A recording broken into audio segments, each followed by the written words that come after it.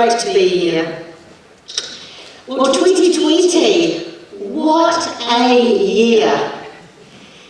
It's altogether been too slow and too fast at the same time. Sometimes I think, are we still in 2020? Is it done yet? Are we done? What I'm going to do is really pick up from what Helen said, and I guess if I had a theme, it would be really picking up where she started her remarks, which is what's worth going back to and what's not. What's changed permanently, and what have we learned to re-embrace? I'm going to talk about what I see as the 5 trends post-COVID. Some of them were things before COVID, and it's just that 2 or 3 or 4 years of acceleration has gone into a few months. Some really are new things. And then finally, one paradox that is very important to me, and what I spend a lot of my life working on, and what I spend a lot of my time working on at the moment. So the 5 trends. The first trend is the Internet of Things. Now, I don't mean the Internet of Things in the technical sense. If any of you here in the room and you work in the technology sector, you'll know that typically when someone talks about the Internet of Things, they mean the connecting of things that you have a smartphone. You know, you drive your car and you say, Dolly, open the door, put the food on, make everything the right temperature and all the rest of it. The Internet of Things narrowly means the connection of things in a technical way like that. I don't mean that. I mean the Internet for everything. For everything. So I'm going to talk about a couple of my businesses and a couple of my friends' businesses, because actually seeing it with your own eyes really makes it real. My food bag, a business I've been involved in for many years, was going well before lockdown. Lockdown came. Well, we got 100 new customers every hour. Every hour. After about, I'm not sure now, a week or 10 days of that, there was no more capacity. It's a bit like selling Christmas bags. When we're out of Christmas bags, you can't grow more turkeys in time. That's it. So we actually had to say we can't. We actually can't get. We haven't got enough warehouse capacity. We can't actually supply the demand. Same with the other meal kit companies. And so we made a big bold call quite early in lockdown 1 to fund another big warehouse in Auckland. And at that point, we didn't know, A, how long lockdown would be, and 2, whether after lockdown all the new customers would go back to doing their own cooking. So we funded a new warehouse. Well, what happened post-lockdown is that the customers, having experienced it for, 4 weeks, 6 weeks, 8 weeks, said to themselves, gosh, this works quite well. Even when the fear of going to the supermarket stopped, you've still got the hassle, particularly if you live in a big city. I must say, sometimes when I've been caught in traffic coming down Cameron Road, it seems to me it isn't just Auckland, where it can be an inconvenience to have to go from shop to shop. The technical phrase is that the demand curve shifted permanently upwards. So we have grown that business extraordinarily, as have the other meal kit companies, over this year. We're now on a much higher revenue trajectory than we were back in January. So some people are never going to become my food bag customers, that's perfectly okay. But some people have found, actually, this new way that I didn't think I even needed is actually better than what I and my family were doing before. Another business that I've observed over the years in the financial sector, Sharesies, another business started by 2 young female entrepreneurs. It was all about demystifying money and making it possible for anybody, I'm going to come back to this theme, anybody to invest in shares, even if they just had a small amount of money. And we really didn't want to go near brokers, didn't understand how that all worked, do it online. Same thing has happened in the last few months, just gone gangbusters. Kiri Nathan, another friend of mine, a female entrepreneur, a Māori woman with her own fashion label, who actually took the first Kahu Collective, the first hikoi, fashion hikoi to China of Māori designers. She's just got a new tech startup.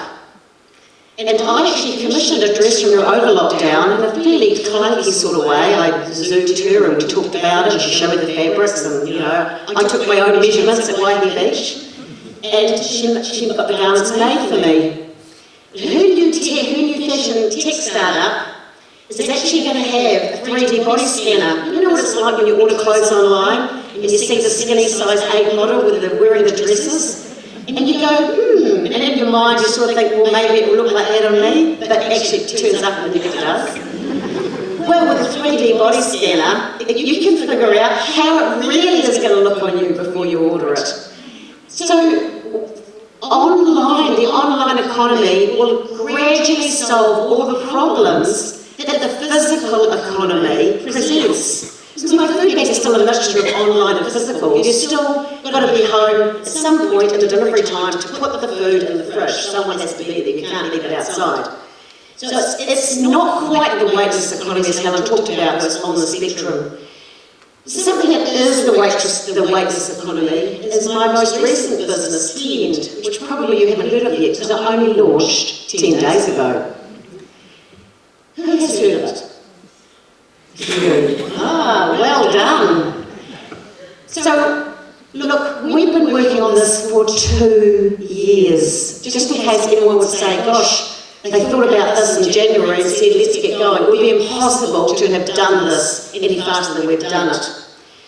What Tend is it's primary health care over your phone, primary health care over video conference. It's an app, you download the Tend app, you go online, you make an appointment for a doctor. We also have a clinic. We started in Auckland, we have a clinic in Auckland as well, so if you need to come into a clinic, you can. But primarily, it's about making healthcare accessible to everybody. So we're about to launch a Te Reo version. We already employ 20 doctors. Our vision is to employ hundreds in every language, women working part-time from home, making it so flexible. Because, you know, you don't just get sick between 9 AM and 5 PM when GPs are open, do you? What about the evenings and the weekends? We've got Kiwi doctors overseas who want to be part of this. We've got Kiwis living overseas who want to use it. It completely transforms the way that we'll interact in the future, and it's just the start. It's new in New Zealand, it's not new overseas. There are some quite big companies doing this overseas very successfully. Now, late last year, research, when people were asked, would you use healthcare like this? Would you have a consultation with a doctor online? 10% of people said they would. Do you know what that number was after lockdown 1? 76%. So it's become a thing, almost overnight. It would have happened eventually, but the experience of COVID has actually really thrown into stark relief a whole lot of things that Helen mentioned, and one of those is really how fragmented and how clunky and how uncustomer oriented our health system is. Look, I can remember probably a conversation that Helen now will not remember that we had many years ago when she was Prime Minister and I was running telecom and the internet was a new thing. Many of the audience will be too young to know that, but some of you in your 50s and 60s will identify with us saying it was a new thing then. And we all thought, politicians and business people, that health would be one of the early uses of telemedicine, one of the early uses of the internet. It seems so obvious that the tyranny of distance conquered. But it hasn't been. Little did we know that dating would be way ahead of the pack. That didn't even feature on any list about, how the internet might change our lives. Banking was on the list, but probably it's really accelerating now. It's quite hard now to interact with your bank if you're not prepared to do it over the internet. I was watching TV yesterday morning, and Frances Valentine of the Mind Lab was on, and she was talking about side hustles. People who during lockdown started online businesses. Now, side hustles, of course, can become main hustles in due course. But really what the internet means is that anybody can start a business from their bedroom. You don't need infrastructure other than a damn good internet connection. The second trend I've called "We are all in this together," with emphasis on the we. Truly, I've been so proud to be a Kiwi this year. And we did act with unity. We did think about what was best for each other, for our families. I did lockdown at Waihi Beach, next to my parents who lived there. My father was terminally ill.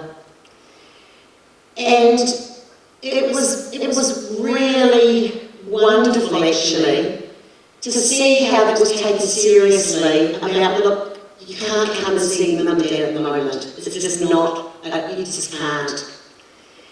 And to, as a nation, basically go, we're going to give this a really good crack. Yes, there were things that could have been done differently, but at the end of the day, we did embody doing it together. And that feeling of we has continued. We have just elected the most radically diverse government New Zealand's ever seen. We have now got a cabinet that most reflects New Zealand than any cabinet we've had to date. And what I see the we now being is actually a coming together of trends. The technical term for this is intersectionality. You know, it's the feminist movement of the last few decades. It's the Māori Renaissance of the last few decades. It's the pride of the gay pride movement of the last few decades, and now that shift into gender fluidity. It's all of us standing in our own power, with our own voice, creating and co-creating the country we want. I see this in something that I'm very involved with, SheEO, which I brought to New Zealand from Canada. And SheEO, some of you might be part of it, some of you could be activators, is a collaborative model where women come together to financially, but with small amounts of money, support early stage entrepreneurs with interest-free loans and with mentoring, with all sorts of support. Now, when I started this in New Zealand a few years ago, interest-free loans were like, why would you do that? But now, it's a thing, right? Because you don't get much interest on your money these days. We lend it to the bank for, 0.5%. That, I thought, would stop as soon as we got to lockdown. I thought, I can't campaign. I'm not going to ask people for money in this environment. We just started doing weekly calls with the people who are already involved. And the momentum expanded exponentially. And the huge benefit for me, and also the huge learning, was that it was no longer my energy driving it along. It actually was the woman. There were about 50 of us on these calls every week. There's 600 women activators at that point. About 50 were deeply involved, deeply engaged. And we then went on to do another successful round this year, a third successful round of funding early stage female ventures. Women still only get a few percent of all the funding, venture capital funding in the world. But New Zealand is right on the cusp of an ecosystem that has changed remarkably in the last few years. And COVID hasn't slowed it down, it's speeding it up. Right at the start of lockdown, when I thought we might have to pause SheEO for a year, Archangels had, at the end of 2019, launched a fund that would invest only in female founders. And they had not completed their raise. They were only about halfway through their raise when lockdown came. And they also thought, gosh, we're going to have to stop. But they didn't. They paused, and then they just watched as the money came in, and then after lockdown, closed that round out at well over the 2 million they were targeting.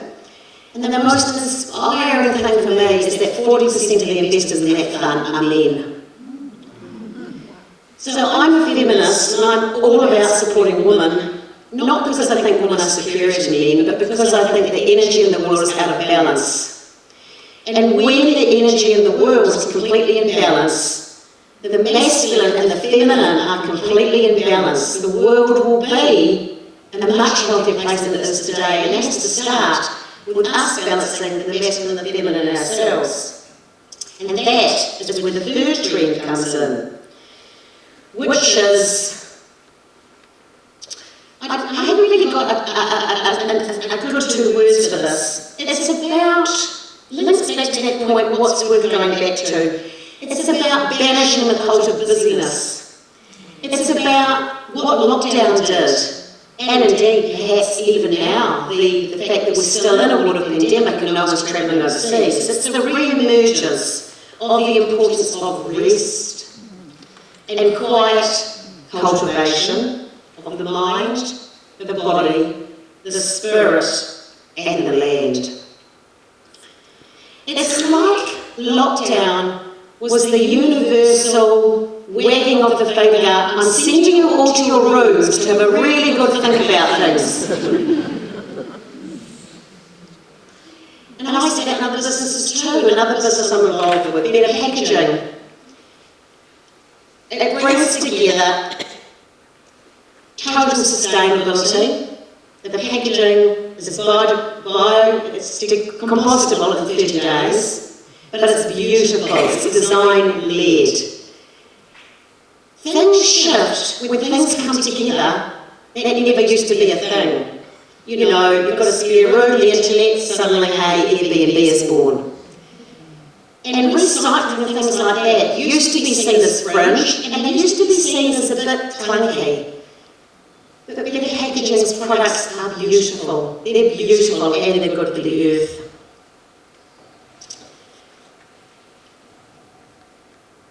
This idea of how we are interacting with the natural environment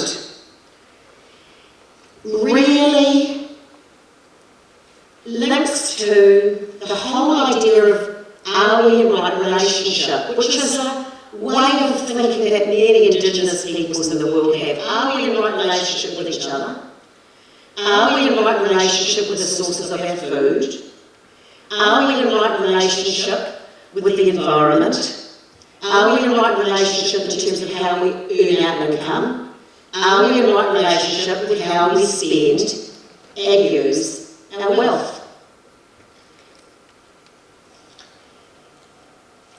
That genie can't be put back in the bottle. Once you've had a chance to pause, and if we can get ourselves into a national reset conversation, thank you for that phrase, Helen, I really like that phrase. New Zealand could be amazing, world leading. Did anyone see on TV a couple of days ago, Paddy Gower, isn't he wonderful? I just adore Paddy Gower. He poked a microphone under Nancy Pelosi's nose, she had a mask on, and he said, hey, I'm from New Zealand, what have you got to say? And she basically said, you guys are amazing, Jacinda is amazing, like the world is in awe of you. I get that from my American friends all the time. So never think that we can't lead the global conversation about the reset. Now my fourth trend, I haven't done 3. My fourth trend is home is where the heart is. As I already mentioned, I did lockdown at Waihi Beach because if Dad took a turn for the worse, I wouldn't be able to leave Auckland. And I was actually at the beach when the announcement came, so I stayed there. In lockdown, there was no construction. Literally the minute we came out of lockdown 4, it was hard to hear the bird song. There was so much. People going off and fixing their houses and doing up their batches and people redoing things and this amazing working on the home, and seeing it as a haven and seeing it as a place to actually spend time in. I had used to have a life in which I would, for many years, home was a plane. So I was always going somewhere, I was always flying somewhere. And yes, I like my homes. I've got a home in Auckland and a home at Waihi Beach, and I have had for a long time. Yes, I like my homes, but really, real life for me was out in the world with people and, going off to Melbourne and less about that, the better probably. Going off to Melbourne and going off overseas and flying around New Zealand, and then it all stopped. And you really did appreciate some of the things, or I did appreciate some of the things I'd taken for granted before. And quite a few people I know actually admitted they actually quite enjoyed the lockdown. I wouldn't go that far, I prefer the balance I've got now, which is less busy than I used to be, but still is able to move around freely.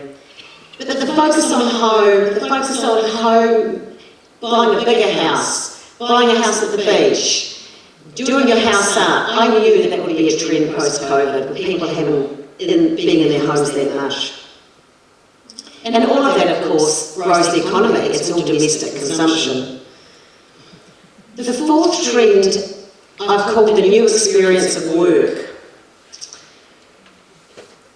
You might remember, some of you who follow the economic news, that about 2 or 3 weeks into the first lockdown, the official forecast came out that our best case employment scenario would be 10% unemployment rate. I never believed that. Never for a moment. And it's not, we're going to do way better than that. I mean, of course, even 4 or 5% is bad, and we haven't had it that high for a long time. But I knew it wouldn't be 10%. Because that completely discards the ingenuity of people. I watched people pivot their businesses in the 4 weeks or the 5 weeks of lockdown 1. I watched a business who consulted in person, in meeting rooms, in Auckland or Wellington or Christchurch, how to facilitate, better group outcomes of executive teams. All their bookings for the year went, of course. By the end of lockdown 1, they had pivoted and they were charging clients for how to consult and have meetings online. They pivoted that fast, and they had big clients on board.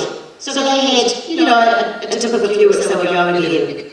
Theresa Gattung, my favourite fashion designer in New Zealand, and she, once a year, has a great big sale in her workroom. Actually, her samples were stolen recently, some of you would have read about that, but it's a huge room alone place, and once a year they have a big sale, great clear out, and you can't get there for the queues and all the rest of it. So she couldn't have that. In lockdown 3, she decided to put those clothes online. I went online immediately, I had to see it. I was really wanted to buy it because I hadn't bought anything for 5 weeks. So I went online, I ordered a few things, I went off to do some work, I came back 4 hours later, it was jammed, the site was jammed, I couldn't get on. Rang my assistant, I said, please order these for me. She said, I can't, they're all gone. That ended up being sensational for her. Who knew that if you put it online, people would order it online and trust they could send it back if it didn't work. So I just watched businesses pivot through that period. To do that though, you've got to give up the myth of control. We all like to believe that we control more in our lives than we actually do. Now I'm not a parent, so it's probably taken me a bit longer than some of you to figure that out. But you don't control everything. You're only ever co-creating. Intention is really powerful, but it's not the whole thing. The new experience of work. AIA, I chair AIA Australia and New Zealand. And in New Zealand, our head office is in Takapuna, big 6-story building. Here we are, life's all normal again, except, borders are closed. Most of the staff are working in that office one or two days a week. The rest of the time from home. Because that's what they want, and productivity has suffered We did the biggest IT integration we've ever done when we brought together the old sovereign systems and the AIA systems on the last week of level 4 lockdown, completely seamlessly. That's what you call a weightless economy. And so, I don't know about any of you commercial property landlords, but I think you've got a tough road ahead, because we don't need 6 floors in that building. And we're not the only company, large company in New Zealand, that will be thinking like that. Okay, so that's my 5 trends. I feel like I better hurry up. So here's the paradox. The paradox is that we are seeing the rise and rise of female leadership. It's not just the female leaders of countries like New Zealand and Taiwan that have done so well managing the virus. Look at the states of Australia.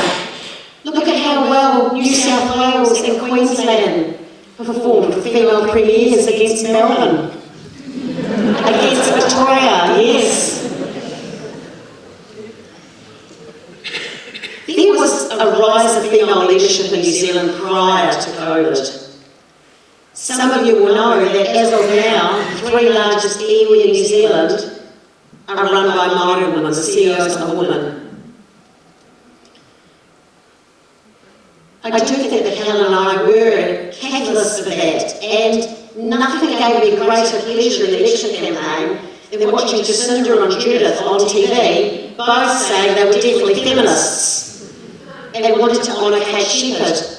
Except there's a missing. And the missing is it was never just about Kate Shepherd, was it? It was also about Mary Te Tainga, the Māori suffragist, who actually saw that it wasn't just about women getting the vote, it was about women being able to stand in Parliament. And it was about property rights as well. It was way more than just getting the vote. But still, suffrage is still something to be celebrated and thought about, because on that day when the vote was given to a woman, despite perhaps Seddon as a very sexist Prime Minister, it wasn't just white women who got the vote, it wasn't just colonial women, it was all women, Māori women, white women.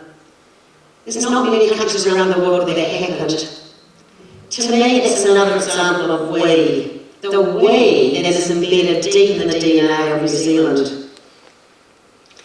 And yet, and here's the paradox, we still have many gendered issues. Domestic violence went through the roof in the lockdown. Domestic violence is New Zealand's secret and perhaps not so secret shame. And there are many breakthrough programs to deal with it. Gundy-Nevis, the breakthrough idea there is instead of taking the woman out of the home with the children away from their friends in schools, take the man out of the home and wrap counselling around him and the family.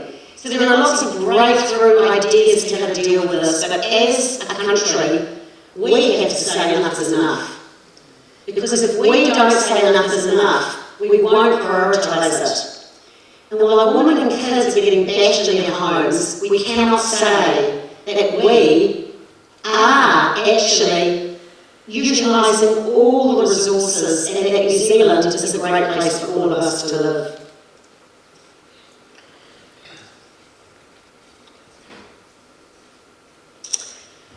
So, in summary, I'm actually really excited. I'm pleased that I've been grounded in New Zealand. I expect to be grounded here next year as well.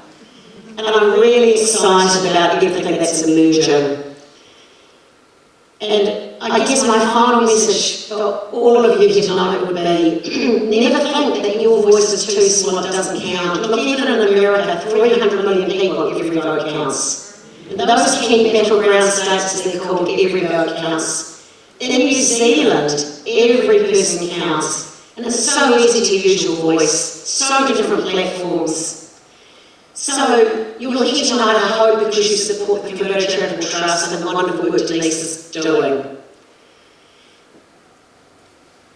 let your heart guide you to what you do in your work, in your charitable giving, and then it has a multiplying effect. It has been a great joy in my life to be involved with this trust for the last 10 years. Cambodians are a most wonderful people, and Denise and I believe that we will change the educational outcome for this generation of Cambodian children in our lifetime. Thank you all very much.